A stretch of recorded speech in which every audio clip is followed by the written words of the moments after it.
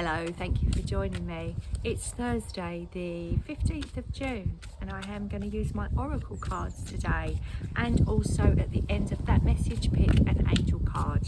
That's assuming they don't blow away in the wind, of course. Alright, let's see what we've got. 1,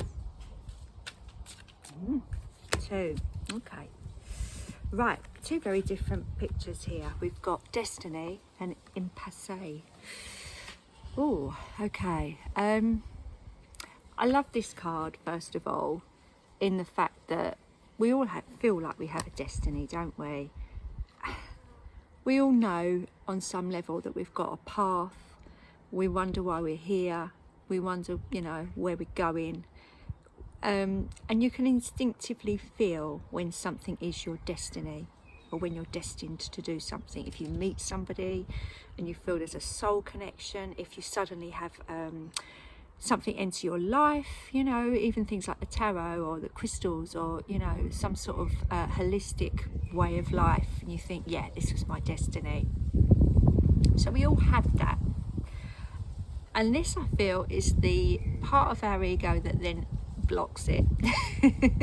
Isn't it funny that even if we know we're on the right path, how many times we stop walking down that path? And I feel that this guy here is he's got in the way, isn't he? Why has he got in the way? Is it a person? Is it your mind telling you to stop? Is it circumstances? Do you feel like something just isn't the right time? Oh, that's a difficult one, isn't it? It's a difficult one to navigate, and we all have to do it. It's the difference between, well, being a human in our human world and having our soul within us that's trying to lead us down a path. We're not always on the same page on those two kind of dimensions, are we? And you know, that's the great thing about the Gemini season. It's highlighting that within us there are these two parts. The Gemini twins, one is mortal and one's immortal. You know, and that's a little bit like us, isn't it? Our human self is mortal, our soul is immortal, and they're trying to work together to get the absolute best experience possible. These guys are looking to teachers, looking for the light, looking for, you know, some kind of direction, some kind of understanding. They're working together, and I noticed in those black and white cloaks. Now, if you saw yesterday's reading, there was also people there. The lady was dressed in white, the man was dressed in black, and I was saying, you know, there is that kind of oh, a seagull coming down.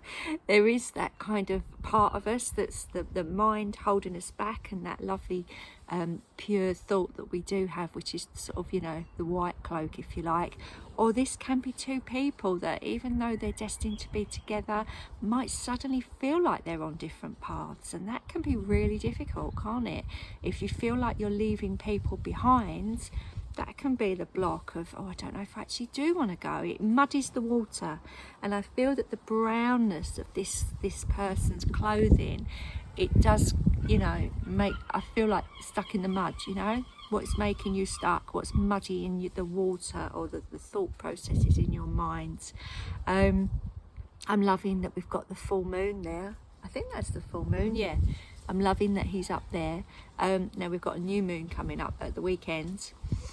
But the full moon in this, I kind of feel, because it's an orange card, which is to do with the sacral chakra, I feel like that's tapping into your own emotions about how you really feel. You know, we have got this path. There is a clear block there. So what is that block? What is it that you're feeling that you cannot pass to get to where you need to be? I feel like there's an element of needing to sit with that for a minute. And everybody's going to work that out in their own way. Knowing what your destiny is and knowing what the blocks are is a massive step forward. You know, once you do actually work that out, you're halfway there, aren't you? But it is something that maybe it doesn't happen in a day. So it possibly, I feel like it's going to be something that comes up over the next few weeks while we're all trying to work that out. So I hope that helps. Let me give you an angel card as well. Some very chatty birds here tonight, isn't there? Okay. That's our blackbird. resident blackbird that's nesting in the tree there. Oh, okay. Let's see what angel cards. Funny if it'd be a blackbird on there, wouldn't it? Ah, okay.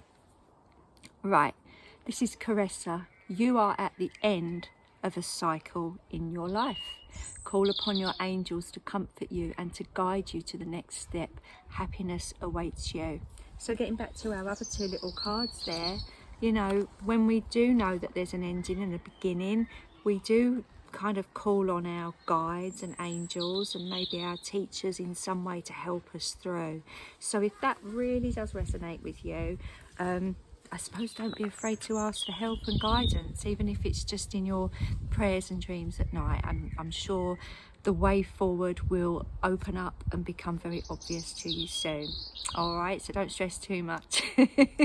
Have a lovely day. I hope that helped. Please do like and subscribe if you haven't already. And from me and the little blackbird, I shall say goodbye, and I will see you again tomorrow. Bye for now.